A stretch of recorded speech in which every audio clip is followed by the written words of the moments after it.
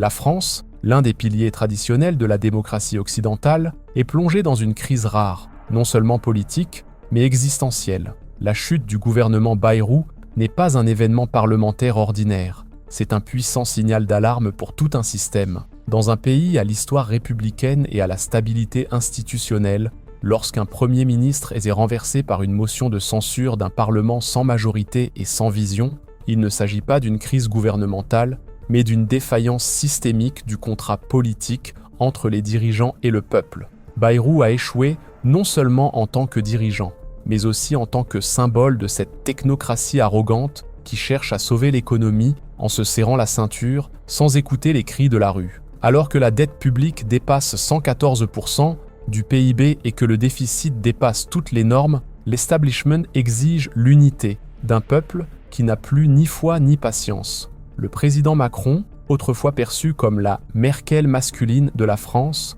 ressemble désormais davantage à un gestionnaire de crise pris en étau entre rivaux politiques et partenaires européens frustrés. Qui empêchera la France de sombrer dans le chaos ?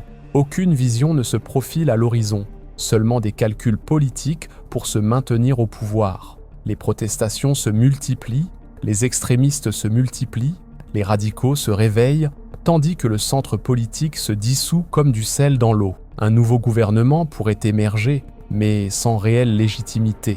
Et si Macron décide d'opter pour un référendum ou une démission, nous assisterons à un remake de 1969, mais cette fois sans De Gaulle. Est-ce la France qui exportait autrefois révolution, idéaux et civilisation ? Aujourd'hui, elle exporte l'incertitude. Cette crise n'est pas seulement française, c'est un avertissement pour l'Italie, l'Allemagne, l'Espagne et peut-être aussi pour les Balkans. Car lorsque le système confronte les intérêts des élites à la réalité du peuple, les scènes parisiennes peuvent devenir des scènes de Bruxelles, d'Athènes ou même de Tirana.